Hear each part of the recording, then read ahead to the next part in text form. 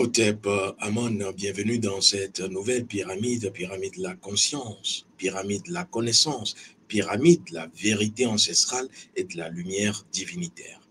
Dans cette nouvelle pyramide, dans cette nouvelle vidéo, je vais faire un partage avec vous. Je vais vous dire point après point, éléments détaillés à l'appui, pourquoi le sexe et l'étranger sont facilement la cible du sorcier.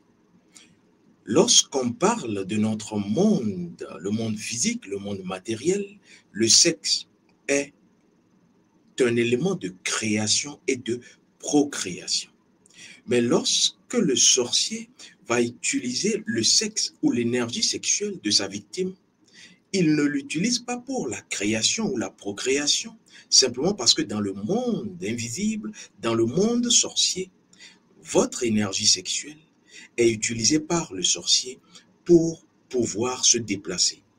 Vous avez bien entendu, le sorcier utilise votre énergie sexuelle pour son déplacement nocturne, pour pouvoir se déplacer d'un point A à un point Z. Mais comment ça se passe? L'énergie sexuelle féminine n'est pas utilisée par le sorcier comme l'énergie sexuelle masculine. Lorsque le sorcier va prendre l'énergie spirituelle, l'énergie sexuelle de votre sperme, par exemple, vous hommes, il va l'utiliser pour pouvoir avancer, pour pouvoir se déplacer, pour pouvoir partir d'un point A à un point B de façon linéaire. Mais lorsque vous allez prendre l'énergie sexuelle des femmes, pourquoi est-ce que le sorcier préfère cela? Pourquoi? Parce que lorsqu'il utilise l'énergie sexuelle des menstruations féminines, par exemple, et ils aiment les jeunes filles, les jeunes dames qui sont toujours en activité menstruelle, leur énergie sexuelle menstruelle sert au sorcier pour s'élever. Pendant que l'énergie sexuelle de l'homme lui sert à se déplacer rapidement, de façon horizontale, l'énergie menstruelle, l'énergie ovulatoire de la femme sert au sorcier pour le déplacement vertical.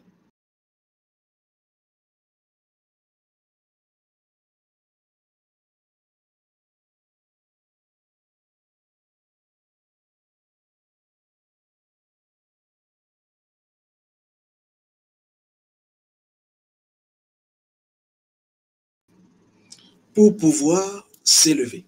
Et donc, vous comprenez que lorsqu'on parle d'un tourbillon sorcier, c'est d'ailleurs ce pourquoi lorsque vous voyez des tourbillons, ça tourne, souvent dans notre tradition, on dit qu'il s'agit d'un déplacement sorcier. Des fois, ça peut être l'effet climatique, mais ça peut surtout, et dans la majeure partie des cas, surtout si vous êtes justement la cible d'un sorcier, ça peut être le cas d'un déplacement sorcier. Et donc, le sorcier se déplace à partir du tourbillon. Et le tourbillon sorcier a besoin de ceci. Le déplacement linéaire, on utilise l'énergie sexuelle de l'homme, et a besoin de ceci, l'élévation, comme un avion, comme un Boeing. Il a besoin de l'énergie menstruelle. Voilà les deux spécificités. Mais dans quel cas est-ce que le sorcier peut utiliser vos énergies sexuelles? C'est lorsque vous ne savez pas entretenir, protéger, vous ne savez pas prendre les dispositions pour éviter que votre énergie sexuelle, homme ou femme, soit simplement prise par le sorcier.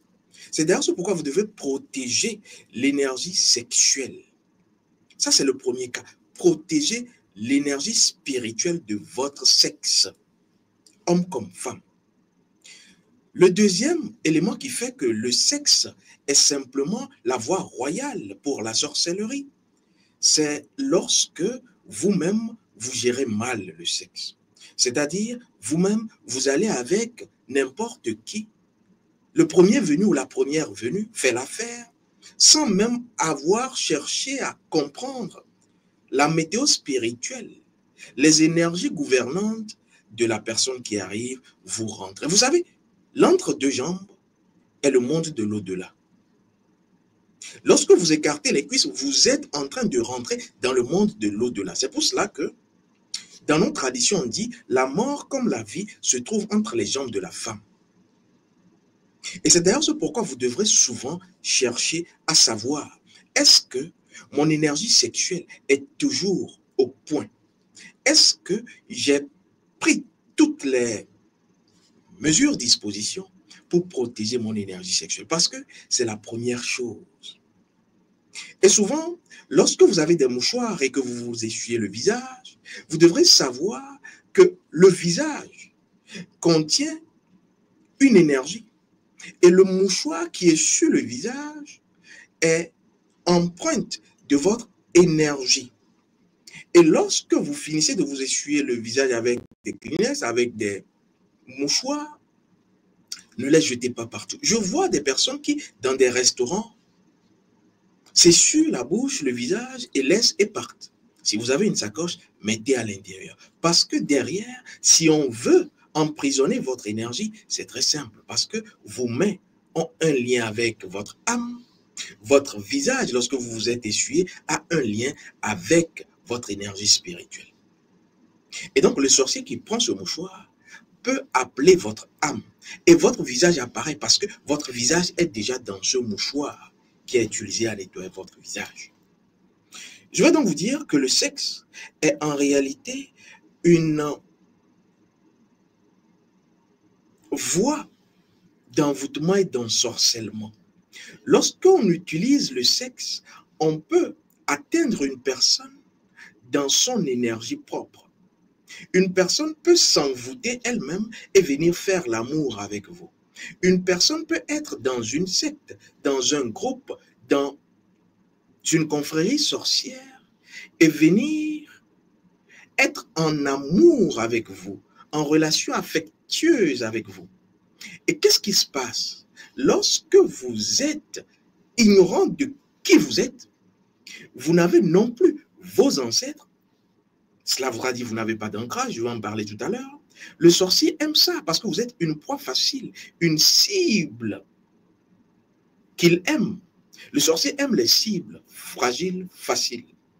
Et qu'est-ce qu'il va faire?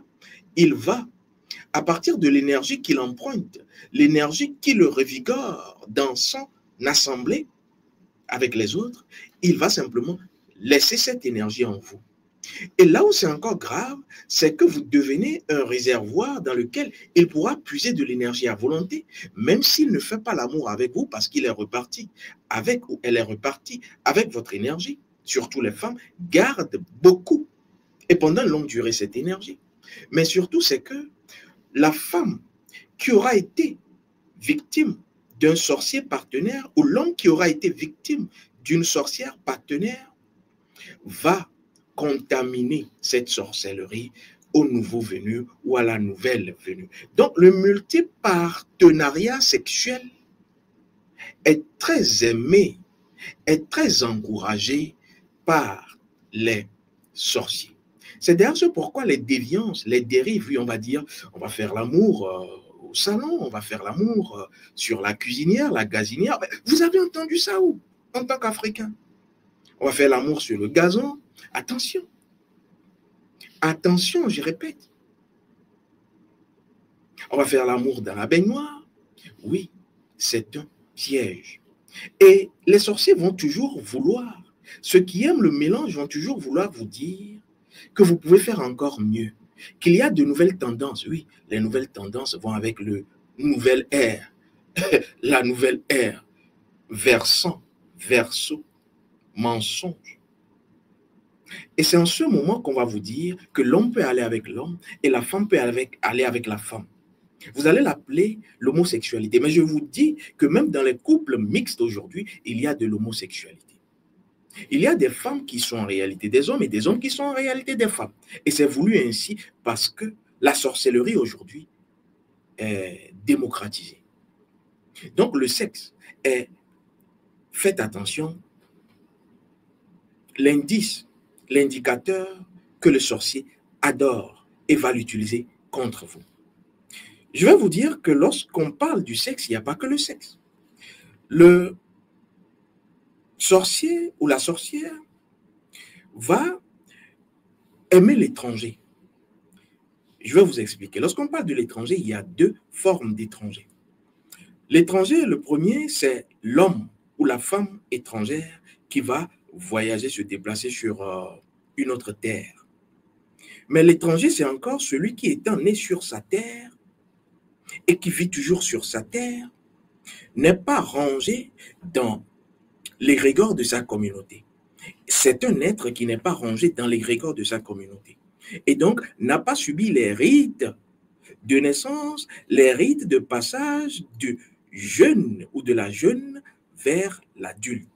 C'est pour cela que les foyers aujourd'hui ont des problèmes.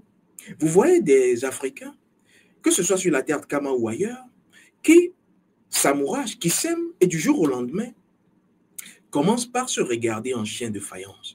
Est-ce que vous avez fait les rites de naissance? Est-ce que vous avez fait les rites de passage de l'adolescence vers l'étape adulte? Parce que ce sont ces rites qui préparent l'assise du foyer conjugal. Nous sommes africains, nous ne sommes pas d'autres peuples.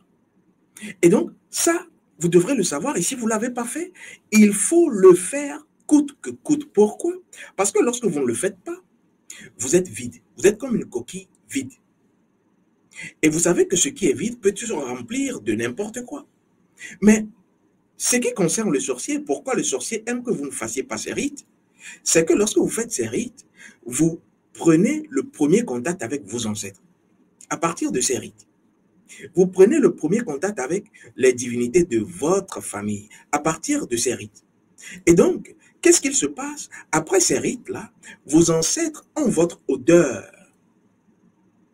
C'est pour cela que beaucoup peuvent être sur d'autres terres ou même sur leur terre de naissance, faire des libations, mais ne pas être entendus par leurs ancêtres. Qu'est-ce que vous avez fait au préalable? La libation est une technologie, c'est une télécommunication, c'est un échange. Ce n'est pas un rituel unilatéral, c'est un rituel bilatéral. Vous devrez, après une libation, savoir ce que vos ancêtres vous ont dit, ou en réalité, ce sont vos ancêtres qui vous amènent à faire une libation spécifique. Je vais donc vous dire que ça, c'est l'étranger. L'être qui peut être sur sa terre, mais ne pas être véritablement ancré. L'être qui peut être en déplacement sur une autre terre et qui va oublier, négliger, ignorer les éléments essentiels pour être en connexion, en ancrage avec sa terre. Maintenant, la deuxième forme, le deuxième visage de l'étranger, c'est la diaspora. Et quand je parle de diaspora, je ne parle pas que de l'Occident. Lorsque vous êtes un Togolais, un Béninois, un Malien, et que vous allez par exemple au Sénégal, vous êtes dans la diaspora. Parce que vous n'êtes plus dans votre giron territorial dirigé par l'énergie géospirituelle de votre terre de naissance. Et qu'est-ce qui se passe? Vous êtes tenu à chaque déplacement à l'étranger de faire quelque chose de fondamental. Et c'est ce que je vais vous dire. Parce que quand vous ne le faites pas, vous allez manquer d'abord d'ancrage. L'ancrage, c'est quoi? L'ancrage, c'est permettre à son énergie vitale d'être connecté avec l'énergie vitale de l'âme de la terre d'origine, où que vous soyez. C'est cela l'ancrage. Et donc, lorsqu'il n'y a pas d'ancrage, conséquence directe, pas de vitalité. Et donc, votre cas ne peut pas être vivifié. Et c'est ce que le sorcier adore. Parce que lorsque vous n'êtes pas enraciné, on peut vous donner simplement un coup et vous tombez. Vous êtes en réalité brinque-ballon. On l'a sous sabane. Pourquoi? Parce que elle n'est pas ancrée. Et donc, c'est très important de le savoir. Alors, pour pouvoir contrer le sorcier, il y a ce que j'appelle la libation. La libation est une technologie. La libation n'est pas un rituel. Je dirais même que la libation n'est pas une cérémonie. Parce que la libation est une double cérémonie. En réalité, la libation est une communication, est une télécommunication spirituelle. C'est quoi une télécommunication spirituelle? C'est pouvoir avoir le message du destinataire et le destinataire reçoit le message de l'émetteur. C'est cela la libation. Et la libation, lorsqu'elle est bien faite, brouille la vision du sorcier. Je l'avais déjà dit, parce que le sorcier utilise le sang humain, le sorcier utilise les fluides comme le sperme, les menstruations. Le sorcier utilise des éléments qui en réalité n'ont d'avantage que pour lui. Mais l'eau a un avantage, c'est que l'eau est importante pour vous, mais l'eau est un signal pour les êtres de lumière. J'en avais parlé. Et donc, lorsque vous faites une bonne libation, le sorcier a peur. Le sorcier ne peut pas s'approcher. Je vais donc vous dire que lorsque vous êtes un étranger, et vous avez compris c'est quoi, c'est qui un étranger, lorsque vous êtes un étranger, que ce soit sur une terre ou sur votre terre, ou que vous n'avez pas encore fait les rites essentiels, ce que vous devrez savoir, c'est que les libations que vous ferez ne vont pas être agréées. Pourquoi? Parce que vous faites des libations en un seul sens. Or, la libation, c'est ceci et cela. Ça monte et ça redescend. Mais la plupart, je dirais même 80% des personnes aujourd'hui, n'ont pas appris la libation initiatique. Ce qui fait qu'ils font que du jardinage, de l'arrosage du sol, mais n'arrivent pas à envoyer les messages. C'est d'ailleurs ce qui est dommage. Pourquoi? Parce que vous allez tellement faire de libation, mais vous n'aurez pas de résultat. Ce que vous avez simplement à faire, c'est de pouvoir être dans la méthode, dans le canevas, dans le protocole qui vous permet à ce que vos ancêtres, les divinités, parce que c'est les deux entités, les deux grandes catégories qui viennent, soient informés de ce que vous avez fait. Et ça, c'est très simple, mais il faut l'apprendre. Vous devrez donc savoir que lorsque vous êtes dans cette posture, vous ne recevez plus de messages de vos ancêtres. Les divinités ne peuvent même pas être avec vous. Conséquence, vous êtes instable. Conséquence, vous n'êtes plus protégé. Conséquence, vous n'êtes pas dans la prospérité. Et tout cela profite au sorcier parce que le sorcier, il aime lorsque vous êtes dans des situations compliquées parce que lui-même, il est le maître de la complication. Je vais donc vous dire que lorsque vous êtes dans une libation sans effet, vous n'êtes pas appuyé. Vous n'êtes pas renforcé, soutenu. C'est d'ailleurs ce pourquoi lorsque vous êtes en lien avec une personne véritablement initiée, dans le FA par exemple, je parle d'initiation sérieuse, je ne parle pas des personnes qui ont fait des tourismes initiatiques, je parle des personnes qui sont dans la vocation initiatique, c'est-à-dire reconnues à partir de leurs signes par les ancêtres et les divinités, et qui ont une spécialisation. Ces personnes, lorsque vous leur racontez vos problèmes, même avant que ces personnes ne puissent faire un travail pour vous, les sorciers commencent par reculer. Et des fois, les problèmes que vous leur racontez à ces personnes peuvent commencer par trouver solution simplement parce que, n'ayant pas encore fait quoi que ce soit, les ancêtres et les divinités qui sont avec cet initié peuvent déjà, ayant entendu, agir. C'est ça la force des divinités. C'est pour cela que vous devrez connaître vos divinités parce que le sorcier a peur des divinités. Quand vous avez vos divinités connues, auxquelles vous faites des rituels d'honneur, que vous savez contacter, que vous savez activer à partir de la maths et de l'organigramme divin, ce qu'il se passe, c'est que vous ne marchez plus seul. Et le sorcier, lorsqu'il vous voit, il vous guette, parce qu'ils sont parmi vous, hein, où que ce soit, ils sont là. Lorsqu'ils vous voient, ils ont peur de vous approcher. Pourquoi? Parce que vous ne marchez plus seul. Vous ne voyez pas, mais vous n'êtes plus seul. Vous pesez. Et quand vous arrivez, ils baissent la tête ou ils parlent d'autres choses. C'est cela. C'est comme cela que ça se passe. Et donc, celui qui vous guide, si c'est un véritable initié qui est en connexion avec les ancêtres et les divinités, il étant ami avec lui, parce que c'est l'âme. Être ami, c'est un lien d'âme. Et donc, étant ami avec cet initié, vous avez une forme de protection déjà. C'est d'ailleurs ce pourquoi on dit souvent qu'il ne faut pas se brouiller, il ne faut pas être dans des embrouilles avec les initiés de haut rang.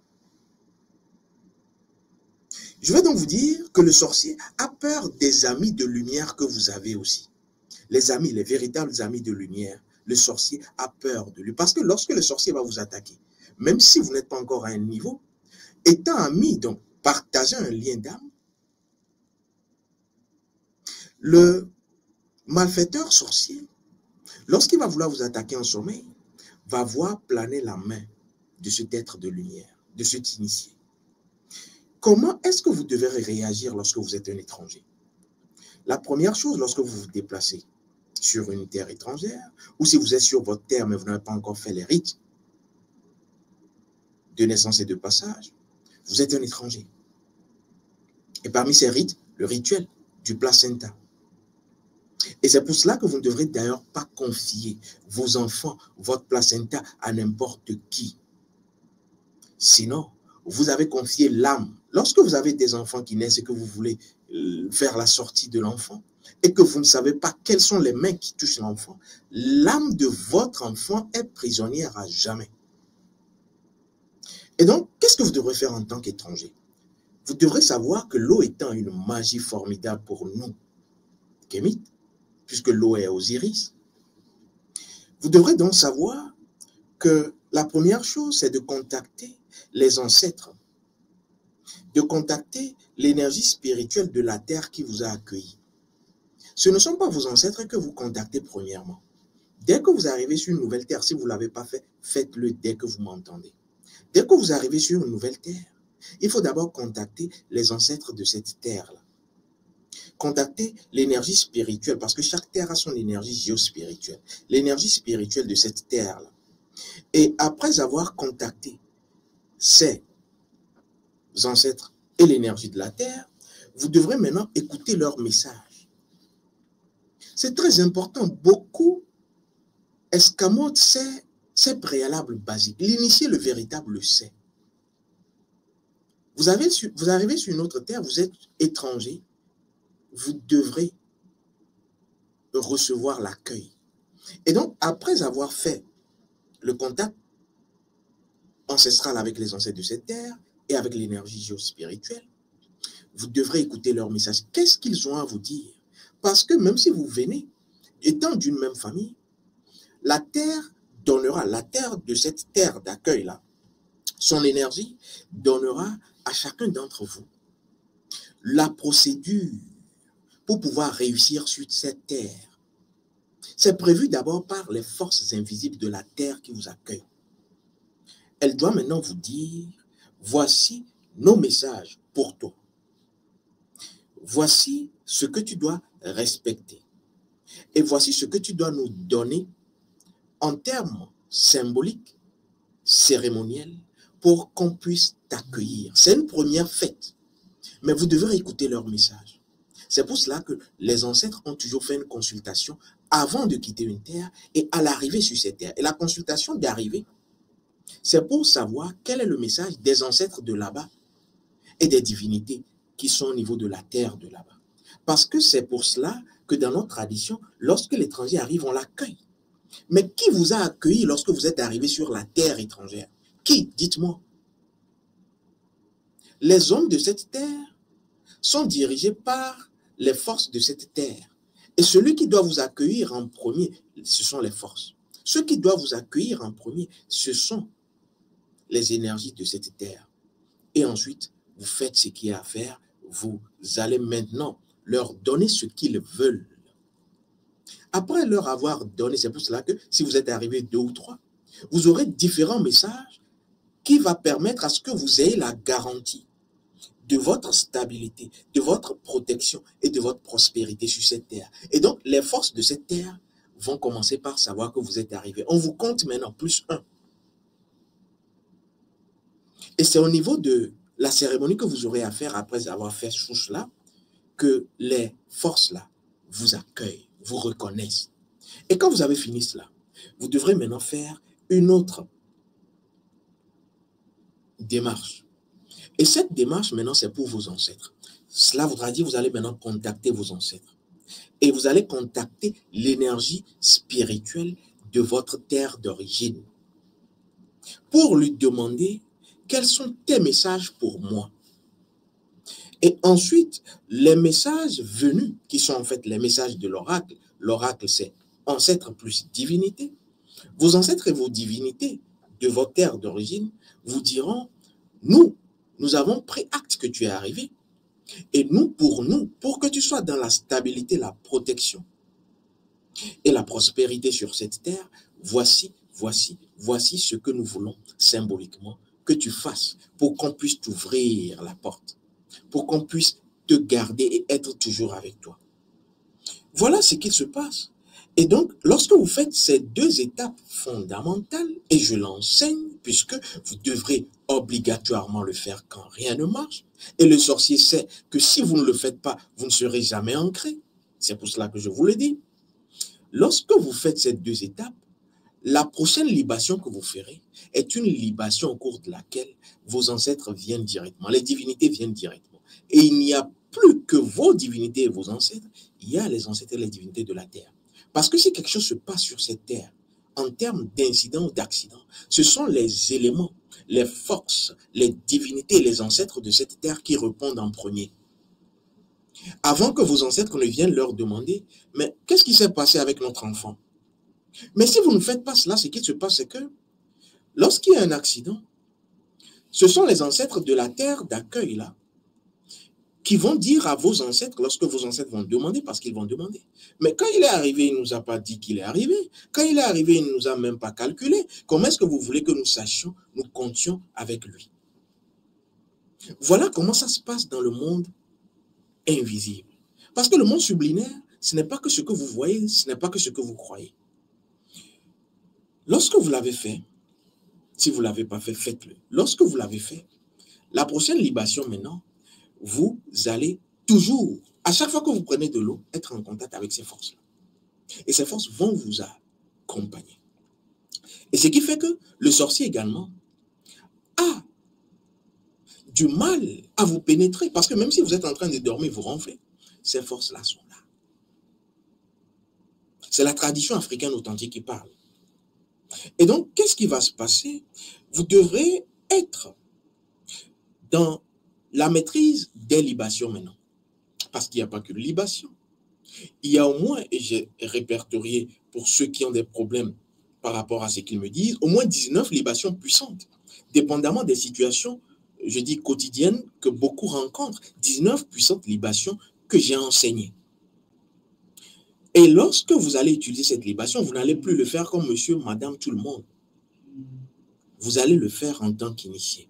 Et cela voudra dire que vous allez mettre de côté les morts au cours de cette libation. Voici l'erreur fondamentale que beaucoup font, l'erreur fatale que beaucoup font.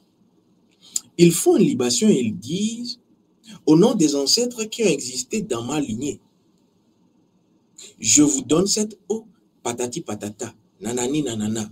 C'est pas comme ça. Parce que quand vous le faites comme ça, je vous ai dit que les morts sont plus proches de nous que les ancêtres. Les morts ont soif. Les ancêtres n'ont pas soif. Les ancêtres sont dans la lumière. Et ce sont les morts qui vont arriver en premier, parce qu'ayant été assoiffés. Or, les morts ne sont pas ce que nous désirons lorsque nous faisons des libations. Les morts sont dans l'insatisfaction. Et les morts, donc, vont nous donner cette part de ténèbres, d'insatisfaction au cours de notre rituel.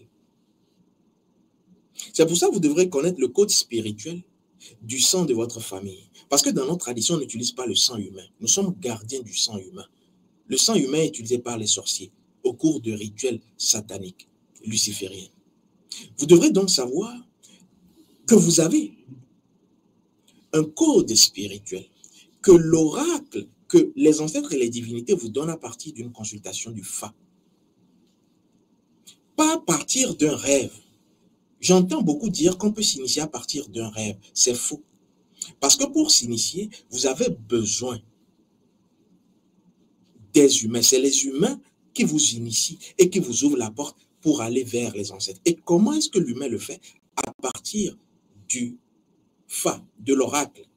Parce que l'oracle, c'est le premier ministre qui va maintenant ouvrir la porte vers les autres ministres qui sont les divinités. Et avant les ministres, on a les parlementaires qui sont vos ancêtres. Et le prêtre du Fa n'est qu'un canal. Si vous me dites que vous vous initiez en rêve, cela voudra dire que vous allez rester en rêve et vous allez soigner les gens là-bas. Ne revenez plus sur terre.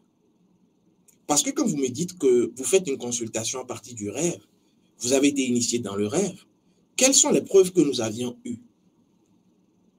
Quand vous dites qu'une personne souffre et qu'on lui donne, justement, on lui fait une consultation, vous lui faites une consultation, et que vous lui dites que son problème, sa cause, origine de la vie antérieure passée, comment est-ce que nous pouvons vérifier cela?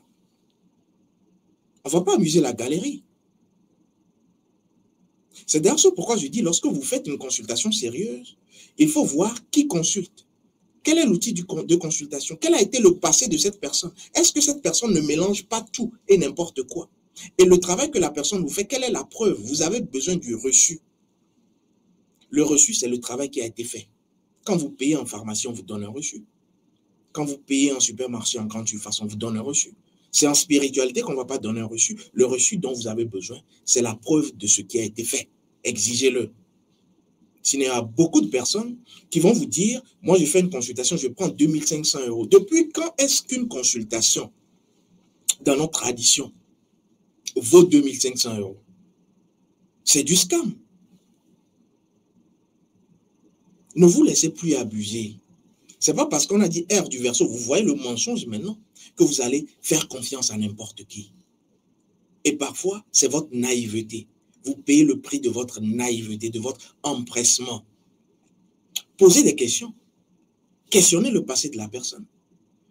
Quelles sont les garanties? Est-ce qu'elle est reconnue par la communauté initiatique dont elle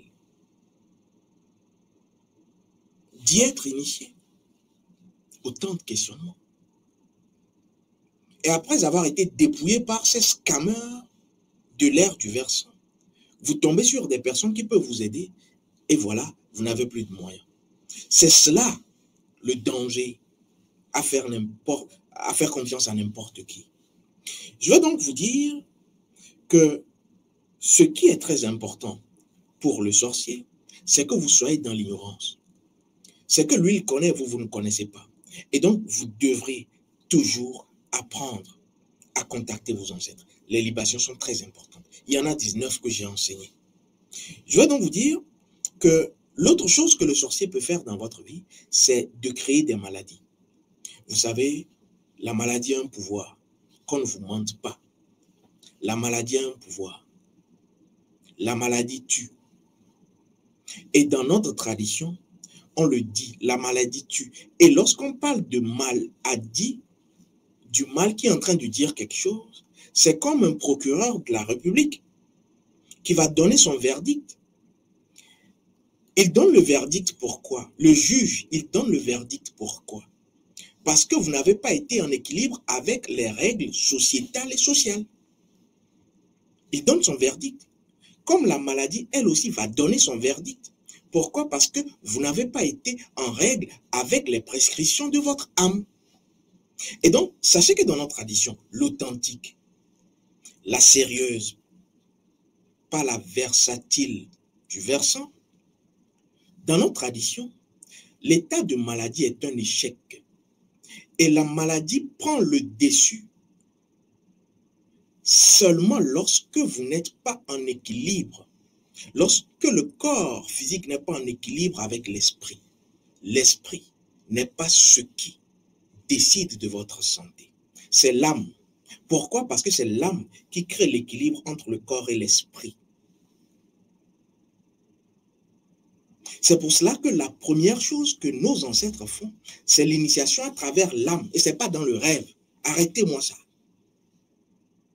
L'initiation à partir de la découverte de votre âme, ce n'est pas dans le rêve.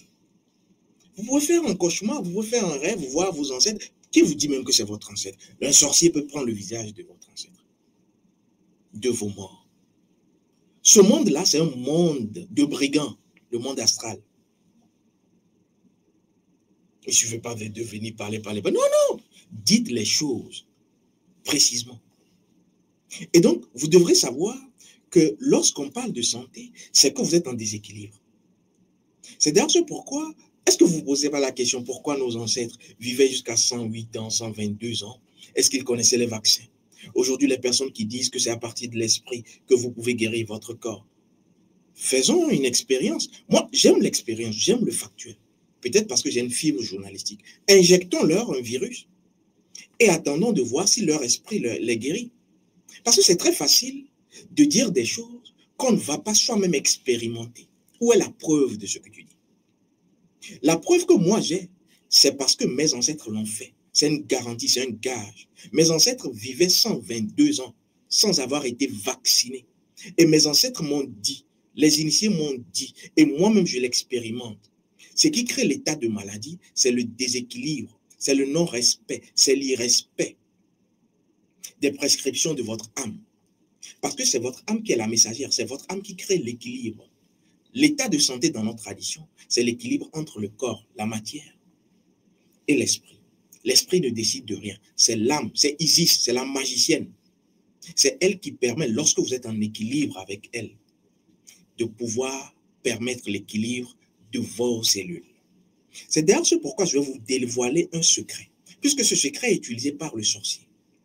Lorsque vous dormez la nuit, vous devrez savoir que lorsque vous êtes en lien avec vos divinités, vos ancêtres, véritablement, vous les connaissez. C'est la nuit que nos ancêtres et les divinités vous guérissent. C'est la nuit lorsque vous connaissez vos prescriptions d'âme et que vous respectez vos prescriptions d'âme. On vous dit par exemple, vous ne devrez pas manger ceci. Amusez-vous, mangez. Parce que cela déséquilibre votre énergie. Et après, on va vous dire la tradition vous interdit. La tradition n'interdit rien parce que la tradition a passé au scanner ton âme et sait que ton âme intolère ceci. Et quand tu le respectes, tout coule. Tu crées l'équilibre. Sinon, vous serez là à vous contorsionner, à dire, je sais que toi, maladie, tu n'as pas de poids. Qui te dit ça? Allez dans les hôpitaux. Il y a des personnes qui font le coaching. Il y a des personnes qui font tout ce qui est boosting mental. Mais quand l'heure arrive, l'homme ne peut pas guérir. Vous ne pouvez pas vous guérir. Vous ne pouvez pas, je dis, vous guérir. Même les personnes qui ont pensé avoir la clé de la guérison ont été surprises. Ce qui guérit dans notre tradition, divinité, feste. Divinité, feste. Lorsque vous êtes dans votre dignité, c'est que vos divinités sont reconnues et vous êtes en lien avec elles. Lorsque vous dormez, elles vous guérissent. C'est comme des chirurgiens invisibles. Vous vous levez, clim. Quelle force l'homme a? C'est divinité qui guérit. C'est d'ailleurs ce pourquoi on le dit. L'homme soigne. Mais c'est Dieu qui guérit. Or, Dieu lui-même a déjà donné sa force à ses ministres. Les divinités guérissent. Ce n'est pas Osiris qui guérit.